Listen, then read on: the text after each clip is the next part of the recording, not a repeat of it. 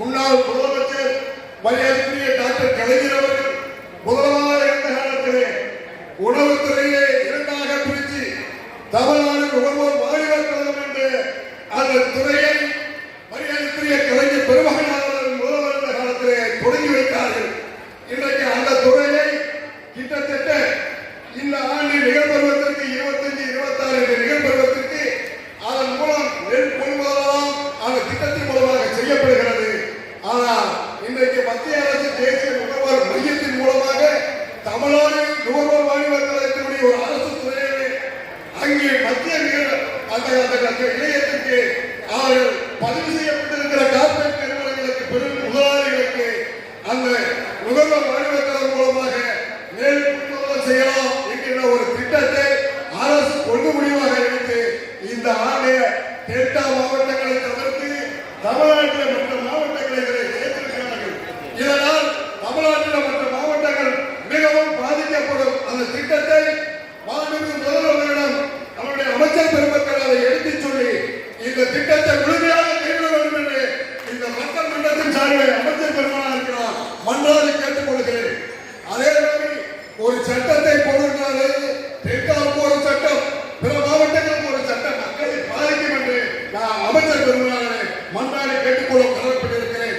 அது மட்டுமல்லாது 2024 வேளாண் விவசாய பெருமக்களுடைய நிலங்களை எல்லாம் கேட்காமலேயே கொண்டு வருவதற்கு 2024 தமிழ் ஒருங்கிணைப்பு சட்டம் என்கிற ஒரு சட்டம், ஒரு கொடுமையான சட்டத்தை மத்திய அரசாங்கம் கொண்டு வந்திருக்கிற அந்த 3 சட்டங்களை இந்தியாவில் இருக்கிற அத்தனை விவசாயிகளும் கடுமையாக போராடி அங்கே நடுவண் வச்சிருக்கிற மத்திய அரசுடைய மோடி அரசாங்கத்திலே நானே திறந்து வைத்து அந்த 3 சட்டங்களை அவர்கள் வாபஸ் வாங்கியிருக்கிறார்கள். அந்த காலத்தில் ஒரு கொடுமையான சட்டம் தான் 2024 நில ஒருங்கிணைப்பு சட்டம். அந்த சட்டம் தன் மரியாதைக்குரிய அமைச்சர் அவர்கள் ஒரு பெரும் விவசாய குடும்பத்தை சேர்ந்தவர். அமைச்சர் இல்லாத காரணம் மற்றும் அவர் ஊருக்கு வருகின்ற போதுதான் அங்கே விவசாய நிலங்கள் அங்கே மக்களோடு இருந்து கொண்டிருக்கிறார்கள். தொலைக்காட்சிகளை தொடர்ந்து பார்த்துக் கொண்டிருக்கிறோம். ஆனால் அந்த சட்டத்தின் மூலமாக விவசாயிகள் பெரிதும் பாதிக்கப்படுவார்கள். அந்த சட்டத்தை கைவிடுவதற்கான சூழ்நிலையை இந்த நிதிநிலை அறிக்கை காலத்திலேயே அமைச்சர் அவர்கள் முதல்வர்களும் சொல்லி அந்த திட்டம் வெறும் பாதிப்பை உருவாக்கும் என்கின்ற ஒரு நிலையை நீங்கள் உருவாக்கி தர வேண்டும் என்ற நேரத்தில் நான் கேட்டுக்கொள்ள கடமைப்பட்டிருக்கிறேன்.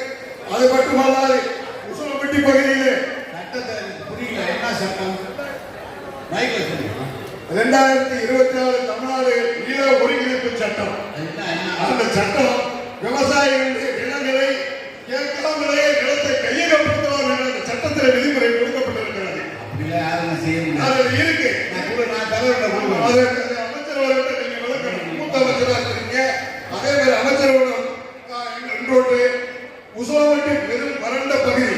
அண்ணன் அவர்கள் இன்றைக்கு கூட்டுறவுத்துறை அமைச்சராக இருந்த பொழுது நானும் அந்த உசலம்பட்டி சட்டமன்ற உறுப்பினர் வளர்ச்சியோடு சேர்ந்து அந்த திட்டம் 58ஆம் கால்வாய் திட்டம் என்கிற ஒரு திட்டத்தை வறண்டு போயிருக்கிற பகுதி, அந்த உசலம்பட்டி பகுதி மதுரை மாவட்டத்தினுடைய கடைசி எல்லை, அந்த பகுதிக்கு ஒரு 100 கிராமங்களுக்கு மேலே அந்த 58ஆம் கால்வாய் திட்டத்தை அன்றைய முதல்வராக இருந்த முத்தரவர்கள் கலைக்கிறவர்கள் 1996 அந்த திட்டத்தை தொடங்கி வைத்தார்கள்.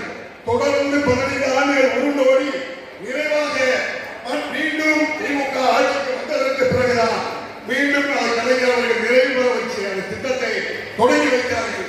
மரியாதைக்குரிய அமைச்சர் அவர்கள் மதிப்புரிய அமைச்சர் அவர்கள் வந்து நீங்க கலந்து கொண்டு அதை திறந்து வைத்திருக்கின்ற அந்த நிலைமையை உங்களோடு இருந்து பார்த்தேன். ஆனால் அந்த திட்டம் நிரந்தர அரசு ஆணை வழங்காமலே இருக்கிறது. அந்த இது பல மலையினுடைய இடுக்குள்ளே வந்து கொண்டிருக்கிறது. அங்கே காங்கிரீட் சாலை அமைத்தால்தான் திடீரென்று அங்கே உடைந்து போகிறது. அதனால அதற்கு காங்கிரீட் சாலையை இந்த நிதியாண்டிலேயே அமைச்சர் அவர்கள் சொல்லி அதற்கு அமைத்து கொடுப்பதற்கு தயாராக வேண்டும் என்ற நேரத்தில் கேட்டுக்கொள்ளப்படுகிறேன். அதே மாதிரி இன்றைக்கு மதுரை மல்லிகை பூண்டா உலகமே இன்றைக்கு உலக நாடெல்லாம் மதுரை மல்லிகைக்கு ஒரு மனம் உண்டு. அதே மாதிரி இன்றைக்கு அதிகமாக உற்பத்தி பண்ற பகுதி உசலம்பட்டி, செல்லம்பட்டி பகுதி, சேலம்பட்டி பகுதி, இங்க திருப்பரங்குன்றம். பல டன் கணக்கிலே மல்லிகைப்பூ உற்பத்தி செய்யப்படுகிறது தோட்டக்கலை மூலமாக. இன்றைக்கு அந்த பூவெல்லாம் இன்றைக்கு இரவில் எடுத்தால் காலையில் 8 மணி அளவில் சிங்கப்பூர், மலேசியாவில் இருக்கிற நம்முடைய தமிழர்களால் அந்த பூவை பயன்படுத்துகிறார்கள். அதற்கு ஒரு பெரும் சிறப்பு உண்டு. அங்கே அதிகமான உற்பத்தி இருக்கிற அந்த மலரை அங்கே பதப்படுத்தி கிட்டை அமைத்து கொடுக்கப்பட வேண்டும்.